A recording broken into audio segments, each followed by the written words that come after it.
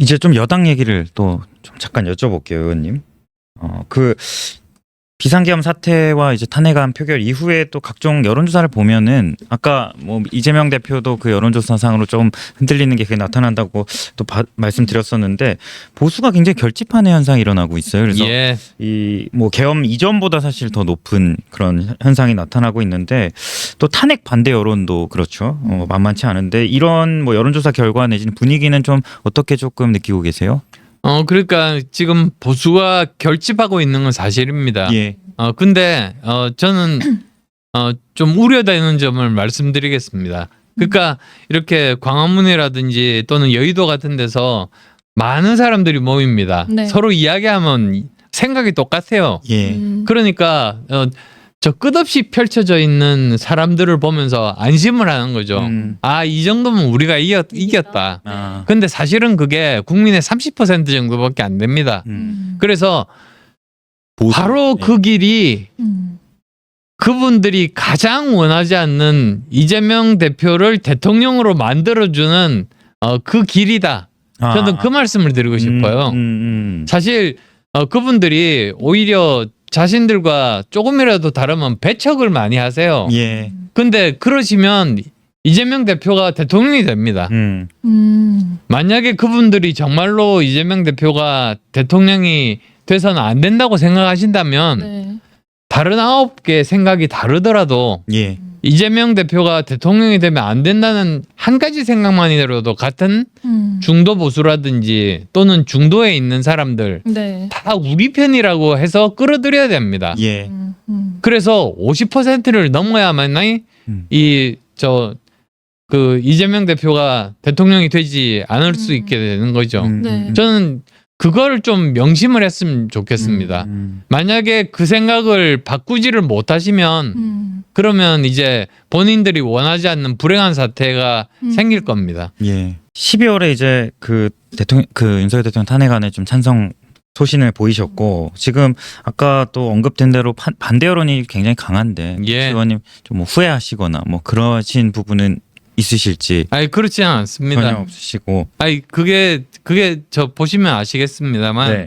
헌법에 분명히 명시가 돼 있습니다. 헌법 77조에 보면 계엄은 전시나 사변 또는 그에 준하는 국가 비상사태 때 예. 네. 발효합니다. 근데 그 당시 그게 국가 비상사태라고 보기는 힘들었거든요. 예. 사실 야당이 탄핵하고 정말 말썽을 많이 피우는 건 맞지만 예. 그러면 그건 또 정치적으로 풀어야 되는 그런 문제 아니겠습니까? 네.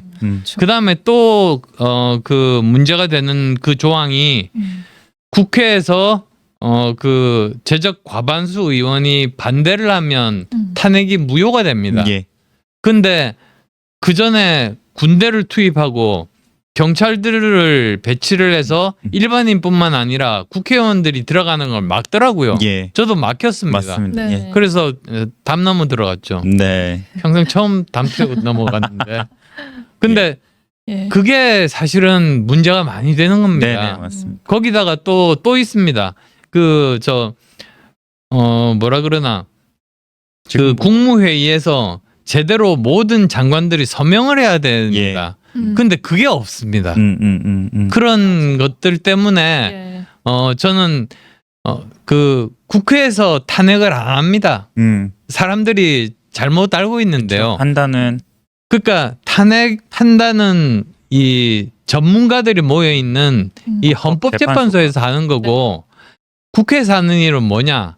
여러 가지 정황 증거상 이거는 전문가들의 검토를 거칠 필요가 있다. 네. 그게 탄핵 소추안입니다. 예, 예. 그래서 저는 탄핵 소추안에 찬성한 겁니다. 예, 뭐 헌법재판소가 판단할 수 있게. 예, 판단하라고 그렇게 넘긴 거죠. 네. 네. 혹시 좀 탄핵 심판은 좀 뭐 이렇게 현재 진행되는 거는 혹시 보셨어요? 예, 윤석열 대통령이 좀 뭐 말씀해 주신 내용들이나 뭐 여러 가지 좀 부인하고 계시기도 한데 예. 좀 어떻게 보셨는지도 궁금해요. 뭐 거기에 대해서는 아마도 그 헌법재판관들이 여러 가지 정황 증거들과 또 다른 사람들의 증언과 다 함께 비교하면서 거기에 대해서 판단 제대로 하지 않을까 싶습니다. 네. 그러면 최근에 이제 국민의힘의 좀 행보는 어떻게 보고 계시는지, 이게 뭔가 계엄에 대한 평가 자체는 직관적으로는 좀 피하더라도 어찌됐든 탄핵 심판 관련해서는 계속 좀 의견 표출을 하고 있는 의원들이 많은 걸로 아는데, 이게 대통령을 옹호하는 스탠스에 대해서 좀 의원님은 어떻게 보고 계시나요? 저는 만에 하나 이제 다시 대선이 열린다고 한다면 예. 이 계엄 옹호당이 되면 저는 질 수밖에 없다고 봅니다. 계엄에 대해서는 사람들이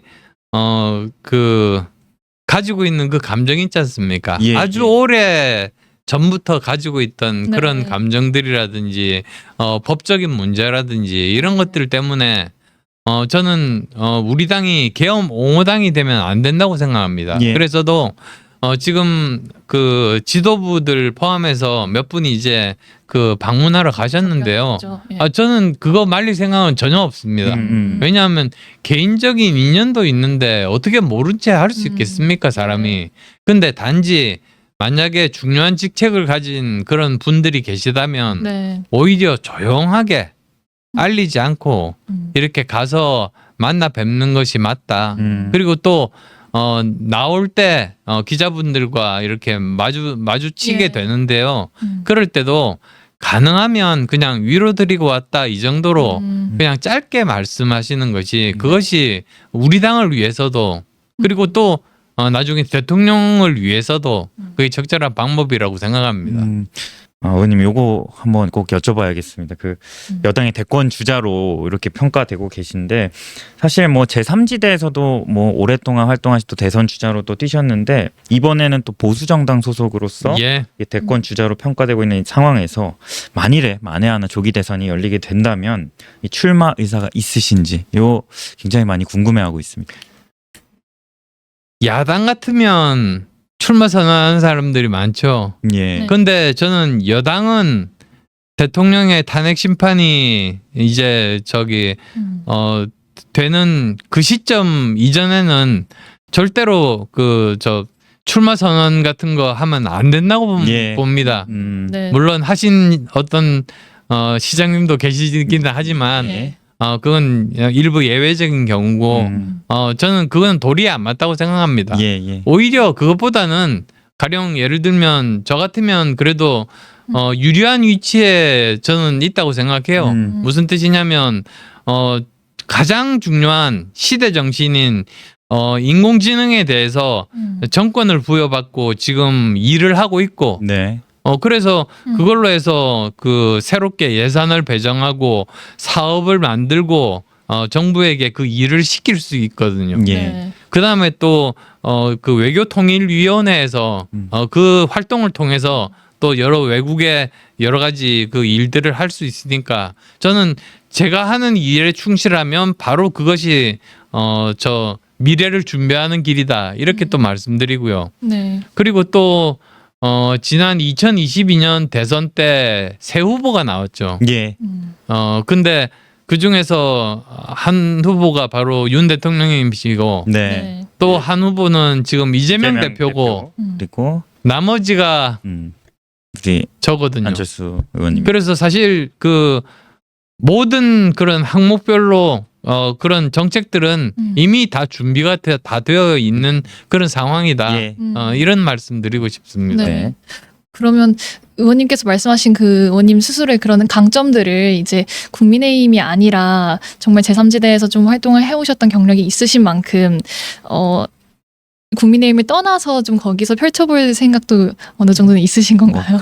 저는 네. 국민의힘이 제 마지막 정당이라고 생각합니다. 저는 네. 절대로 떠나서 다른 당으로 갈 생각 추호도 없습니다. 예.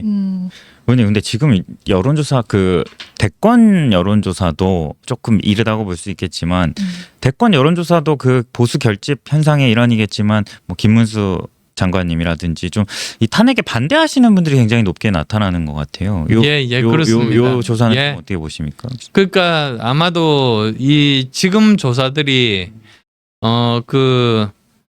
헌법재판소의 그 판결 여부 네. 네. 그 다음에 또 이재명 대표의 2심 판결 여부 예. 이런 거에 따라서 요동을 치면서 요동친다. 어느 정도 자리를 잡을 겁니다. 네. 네. 그 직후에 이제 60일 정도 났거든요. 근데 우리는 이미 2017년 때 그런 경험을 해봤습니다. 네. 예. 그때 보면 그때 요동을 치면서 이제 제자리를 잡아갑니다.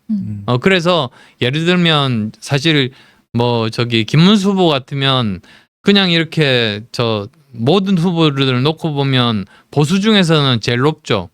근데 1대1로 붙으면 제일 약한 후보입니다. 예.